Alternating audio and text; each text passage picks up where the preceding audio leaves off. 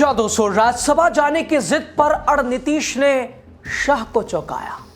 फंस गई भारतीय जनता पार्टी, देखते रह गए सारे एजेंट। दोस्तों, दावा हो रहा है बिहार के मुख्यमंत्री नीतीश कुमार अपने पद को त्याग कर राज्यसभा का रुख करेंगे, और अगर ऐसा हुआ तो फिर नीतीश कुमार जो चाहते थे वैसा ही हो गया।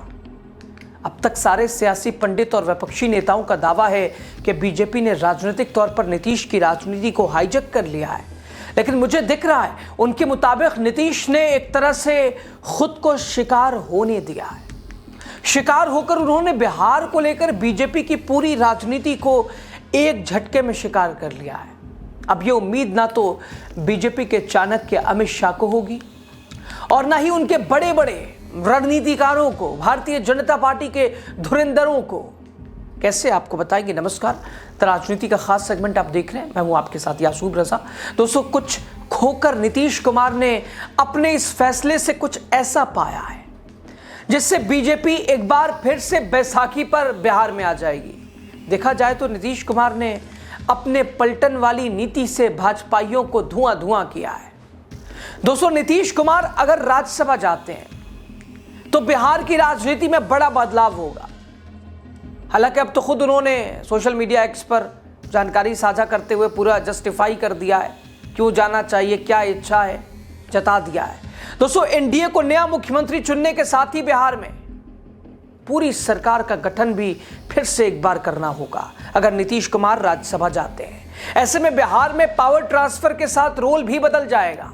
मुख्यमंत्री नीतीश कुमार के राज्यसभा जाने को लेकर जेडीयू की तरफ, भले ही अभी आधिकारिक जेडीयू की तरफ से कोई पुष्टि नहीं हुई है, लेकिन चर्चा तेज है कि बीजेपी अध्यक्ष नितिन नवीन के साथ वो भी राज्यसभा के लिए अपना नामांकन दाखिल कर सकते हैं। नीतीश कुमार अगर राज्यसभा जाएंगे तो बिहार का अगला मुख्यमंत्री कौन होगा, और बिहार का अगला उप मुख्यमंत्री या उप मुख्यमंत्री कौन बनेगा, किसे बनाया जाएगा।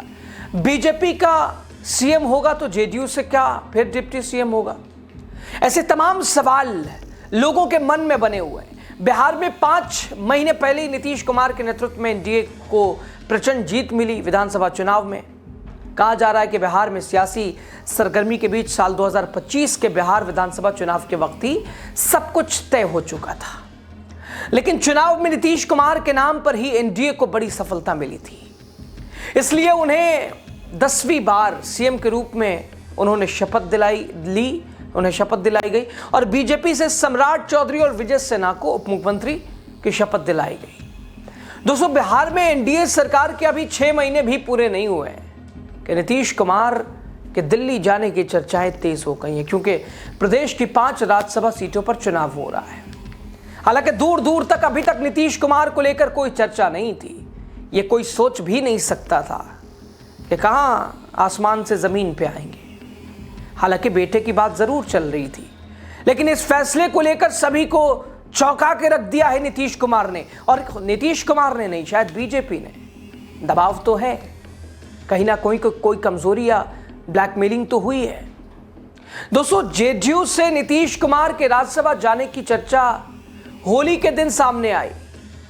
जेडीयू के वरिष्ठ नेता और बिहार सरकार में संसदीय कार्य मंत्री विजय कुमार चौधरी ने बुधवार को कहा कि मुख्यमंत्री नीतीश कुमार राज्यसभा जाने के विकल्प पर विचार कर रहे हैं। पत्रकारों ने विजय कुमार चौधरी से पूछा कि क्या नीतीश कुमार राज्यसभा के लिए नामांकन दाखिल कर सकते हैं, तो विजय चौधरी ने कहा कि इस पर बातचीत चल रही है, इस पर मुख्यमंत्री ही अंतिम फैसला करेंगे। बिहार में बीजेपी अपना सीएम अगर बनाती है तो जेडीयू से डिप्टी सीएम बनाए जा सकते हैं। चर्चा है कि बिहार में अगला मुख्यमंत्री बीजेपी का होगा। नई सरकार के गठन की प्रक्रिया राज्यसभा चुनाव के नतीजों के बाद शुरू होगी। दोस्तों, ऐसे में बीजेपी की ओर से सीएम पद के लिए दिलीप जायसवाल, सम्राट चौधरी, नित्यानंद राय, इनके नाम की चर्चा ज्यादा है। इसके अलावा भी कई अन्य नाम हैं जिनको लेकर कयास लगाए जा रहे हैं, लेकिन बिहार के सियासी इतिहास में पहली बार बीजेपी का मुख्यमंत्री होगा। नीतीश कुमार के सीएम पद छोड़ने की चर्चा के साथ ही जेडीयू में निशांत कुमार के सीएम बनाने की मांग भी शुरू हो गई है। निशांत कुमार को सीएम बनाने की बात की जा रही है। हालांकि राजनीति में एंट्री के साथ ही उन्हें उप मुख्यमंत्री की कुर्सी सौंपे जाने की चर्चा है। पार्टी लेकिन चाह रही है मुख्यमंत्री बनाया जाए अगर नीतीश कुमार हट भी रहे तो। ऐसे में सवाल क्या नीतीश कुमार के सियासी उत्तराधिकारी के तौर पर जेडीयू से निशांत कुमार को डिप्टी सीएम बनाया जाएगा या फिर कोई दूसरा चेहरा होगा? इतना ही नहीं, बीजेपी की तरह जेडीयू भी क्या 2 डिप्टी सीएम बनाएगी? नीतीश के बेटे निशांत के अलावा दूसरा जेडीयू नेता कौन होगा जिसे डिप्टी सीएम की कुर्सी सौंपी जाएगी?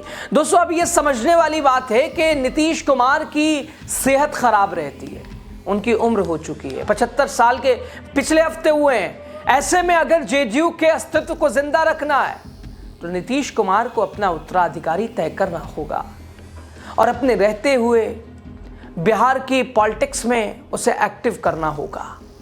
और इस नीतीश कुमार जेडीयू में अपने निशांत कुमार से ज्यादा किसी पर विश्वास नहीं कर सकते, दूसरे किसी पे भरोसा किया भी नहीं जा सकता है बेटे के आगे। अब मुझे जहां तक लगता है बिहार के मुख्यमंत्री पद को बीजेपी के हवाले करने से पहले नीतीश कुमार, शर्त यही होगी उनकी बिहार सरकार में उनके बेटे निशांत को बड़ा पद मिलना चाहिए। जाहिर सी बात है वो पद डिप्टी सीएम का है।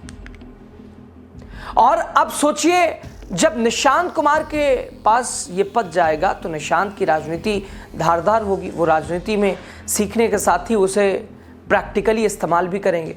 अभी जो जेडीयू के अंदर बीजेपी स्लीपर सेल भरे हुए हैं उन्हें पहचानने में निशांत को मदद मिलेगी, जनता के साथ कनेक्ट करने का मौका मिलेगा, बिहार के लोगों की जुबान पर निशांत कुमार का नाम चढ़ेगा, उनकी स्वीकार्यता न सिर्फ जेडीयू बल्कि बिहार के सियासी ज़मीन पर बढ़ेगी।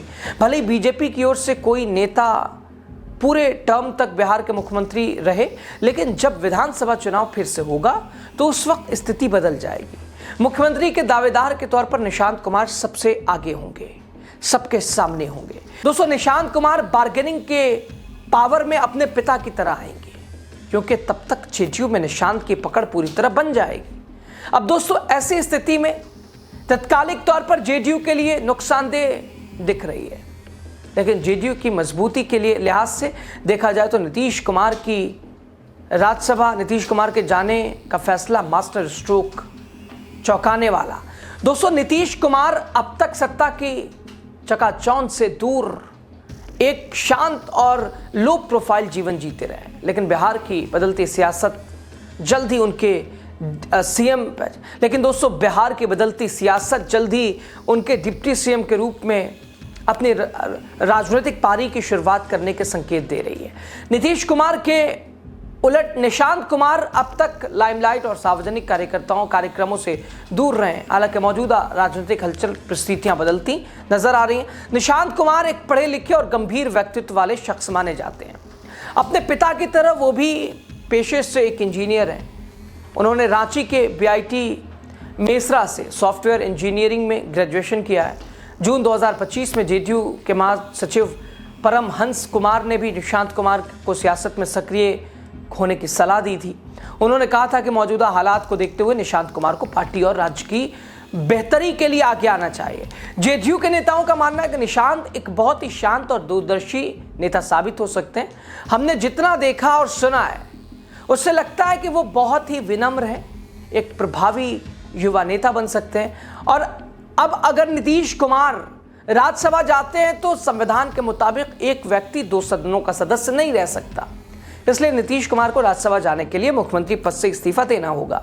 जेडीयू सूत्रों के मुताबिक 16 मार्च को राज्यसभा चुनाव होने हैं और बिहार के मुख्यमंत्री तब तक वो बने रहेंगे। नीतीश कुमार के बाद बिहार के मुख्यमंत्री पद की कमान बीजेपी के किसी नेता को सौंप दी जाएगी।